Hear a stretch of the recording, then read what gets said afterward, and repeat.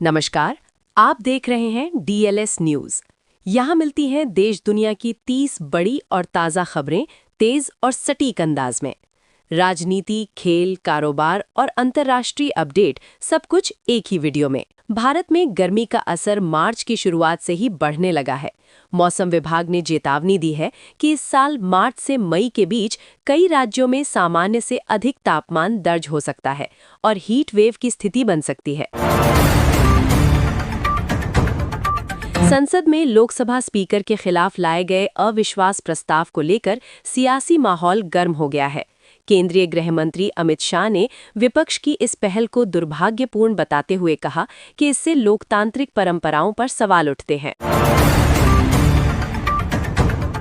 भारत की टी20 विश्व कप जीत के बाद बीसीसीआई ने टीम इंडिया को 131 करोड़ रुपए की बड़ी इनामी राशि देने का ऐलान किया है। ये इनाम खिलाड़ियों, कोचिंग स्टाफ और सपोर्ट स्टाफ के बीच बांटा जाएगा। आईपीएल 2026 के पहले चरण का शेड्यूल जारी कर दिया गया है। सीजन का पहला मुकाबला रॉयल चैलेंजर्स बेंगलुरु और सनराइजर्स हैदराबाद के बीच 28 मार्च को बेंगलुरु के चिन्नास्वामी स्टेडियम में खेला जाएगा। पश्चिम एशिया में बढ़ते तनाव के कारण वैश्विक तेल कीमतों में तेजी देखी जा रही है। कच्चे तेल की कीमत बढ़ने से दुनिया भर में ऊर्जा बाजार और कई देशों की अर्थव्यवस्था पर असर पड़ सकता है। एयर इंडिया ने ईंधन की बढ़ती कीमतों को देखते हुए घरेलू और अंतर्राष्ट्रीय उड़ानों पर फ्यूल सरचार्ज बढ़ाने का फैसला किया है। ये बढ़ोतरी चरणबद्ध तरीके से लागू होगी और नई टिकट बुकिंग पर इसका असर पड़ेगा।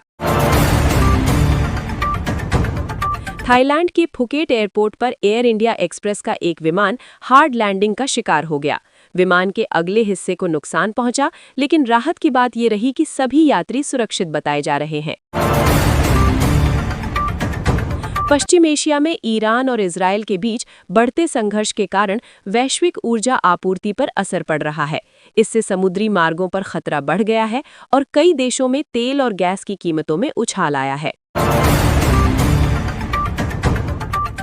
भारत सरकार ने गैस आपूर्ति में कमी को देखते हुए आवश्यक वस्तु अधिनियम के तहत प्राकृतिक गैस को प्राथमिक क्षेत्रों में भेजने का फैसला किया है। इससे बिजली, उर्वरक और घरेलू गैस आपूर्ति को प्राथमिकता दी जाएगी। शेयर बाजार को लेकर वैश्विक निवेश बैंक गोल्डमैन सैक्स ने बड़ा अनुमान जताया है। रिपोर्ट के अनुसार आने वाले 12 महीनों में निफ्टी सूचकांक 29,300 के स्तर तक पहुंच सकता है।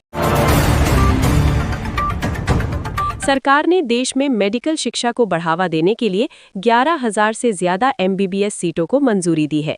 इसके साथ ही कई नए मेडिकल कॉलेज भी शुरू किए जाएंगे ताकि डॉक्टरों की संख्या बढ़ाई जा सके। राजस्थान के झुंझुनू जिले में पुरातत्व विभाग की खुदाई में कई प्राचीन वस्तुएं मिली हैं। विशेषज्ञों का मानना है कि ये स्थल प्राचीन काल से लेकर मध्यकाल तक मानव बसावट और धार्मिक गतिविधियों का महत्वपूर्ण केंद्र रहा होगा। केंद्र सरकार जल्द ही नई दिल्ली स्थित साउथ ब्लॉक भवन को राष्ट्रीय संग्रहालय में बदलने की योजना पर काम शुरू कर सकती है। इसके लिए रक्षा मंत्रालय को दूसरे भवन में स्थानांतरित करने की प्रक्रिया शुरू की जा रही है।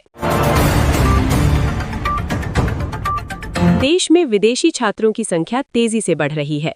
विशेषज्ञों के अनुसार आने वाले वर्षों में भारत वैश्विक शिक्षा केंद्र के रूप में उभर सकता है और हर साल विदेशी छात्रों की संख्या में लगभग 8% वृद्धि हो सकती है।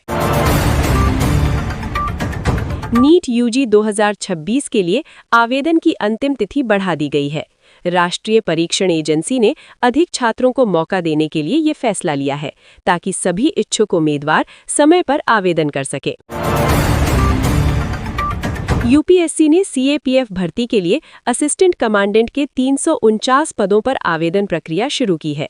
इच्छुक उम्मीदवार जल्द आवेदन कर सकते हैं क्योंकि पंजीकरण की अंतिम तिथि नजदीक बताई जा रही है। भारतीय नौसेना ने अग्निवीर भर्ती 2027 बैच के लिए आवेदन प्रक्रिया शुरू करने की घोषणा की है। देश भर के युवा मार्च महीने से ऑनलाइन आवेदन कर सकेंगे और चयन प्रक्रिया कई चरणों में पूरी की जाएगी। टेक्नोलॉजी कंपनी गूगल में अपने एआई सिस्टम जेमिनी में नए अपडेट पेश किए हैं। अब ये ईमेल और क्लाउड डेटा का उपयोग करके दस्तावेज, स्प्रेडशीट और प्रेजेंटेशन बनाने में मदद करेगा। आईआईटी मद्रास के वैज्ञानिक मानव मस्तिष्क का विस्तृत डिजिटल एटलस तैयार करने की परियोजना पर काम कर रहे हैं। ये शोध भविष्य में न्यूरोसाइंस और चिकित्सा क्षेत्र में महत्वपूर्ण खोजों का मार्ग खोल सकता है। दुनिया भर की बड़ी टेक कंपनियां 2026 में आर्टिफिशियल इंटेलिजेंस के क्षेत्र में लगभग 650 अरब डॉलर निवेश करने की योजना बना रही हैं। इससे एआई तकनीक और तेज गति से विकसित होने की उम्मीद है। वैश्विक बाजार में निवेशकों के सुरक्षित निवेश की ओर रुख करने से चांदी की कीमतों में तेजी देखी जा रही है। विशेषज्ञों का कहना है कि अंतर्राष्ट्रीय तनाव के कारण कीमती धातुओं की मांग बढ़ी है। विश्व का सबसे बड़ा हिमखंड A23A अंटार्कटिका से अलग होकर समुद्र में टूटने लगा है। वैज्ञानिकों का कहना है कि ये जलवायु परिवर्तन और समुद्री परिस्थितियों के कारण तेजी से विघटित हो रहा है। इटली के मिलान और कॉर्टिना शहरों में विंटर पैरालंपिक 2026 का आयोजन जारी है। इस प्रतियोगिता में दुनिया भर के 50 से अधिक देशों के खिलाड़ी हिस्सा ले रहे हैं और कई रोमांचक मुकाबले देखने को मिल रहे हैं। उत्तर और मध्य भारत के कई हिस्सों में तापमान लगातार बढ़ रहा है। मौसम विभाग ने लोगों को दोपहर के समय ज्यादा देर धूप में रहने से बचने और पर्याप्त पानी पीने की सलाह दी है। भारतीय शेयर बाजार आज सावधानी के साथ खुल सकता है। वैश्विक तनाव और तेल की कीमतों में उतार चढ़ाव के कारण निवेशक फिलहाल सतर्क रणनीति अपनाते हुए दिखाई दे रहे हैं।